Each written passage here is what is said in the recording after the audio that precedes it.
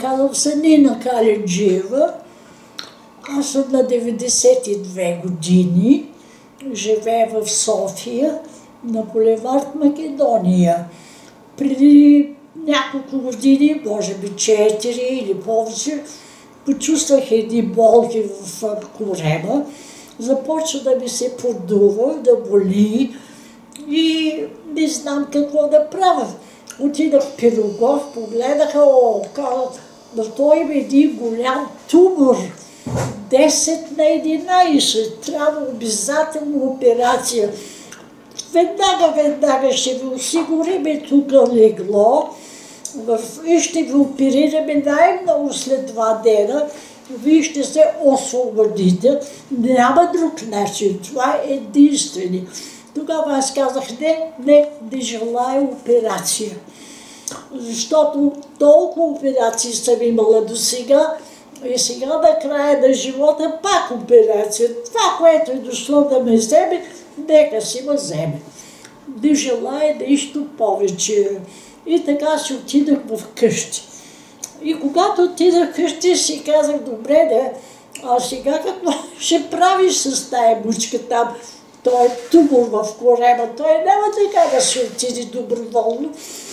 И гледам на масата, пък най-невероятното нещо от цялата история, на масата имаше един вестник, точно отворен, на тия вълшебни гъби. Отварям аз и викам, Боже, това не е случайно тук пък. Точно в момента, в който аз се връщам и ми казват за операция, тук пък ми предлагат едни гъби. И я да отида аз да направя една консултация и да видя, ще излезе ли нещо. Пък като не излезе, каквото е решено, това ще става по-нататък. И така наистина започнах тези гъби. Отидох, направих една консултация с... Той ми каза, ще вземате и тези, може би 4 шишенца различни неща, което не беше така малко, сега от тия две, преди и след ядене и така нататък, но стриктно, много стриктно спазвах всичко. Плюс много стриктна диета. Никакви меса, колбаси, никакви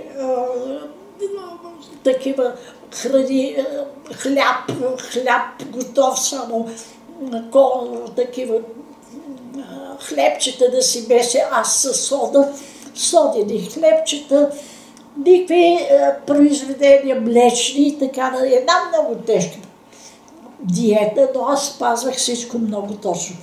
И след това, или третия месец, виждам аз как корема спада, и накрая просто мек един нормален корем. Отидах на моя доктор и той казва, до кога ще мислите да се оперирате или да не се оперирате? Няма да се оперирам, доктори, погледнете, аз вече нямам тумор. Как така да нямаш? Нямам. Пипна ми корема, вика, наистина нямам. И така всичкото това, което аз направих, беше благодарение на тия хапчета с гъбките и на диетата, разбира се, която беше също нещо много важно.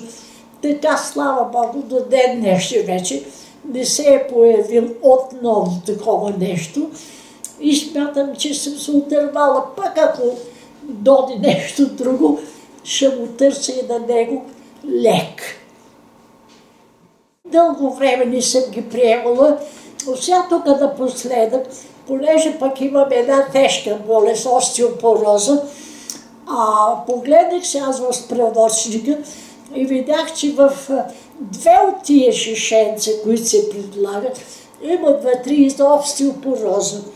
И тогава дойдох тук, викам, дайте това и това. Продължавам да се взимам тия за остеопороза и действително, че леко ме отпускат.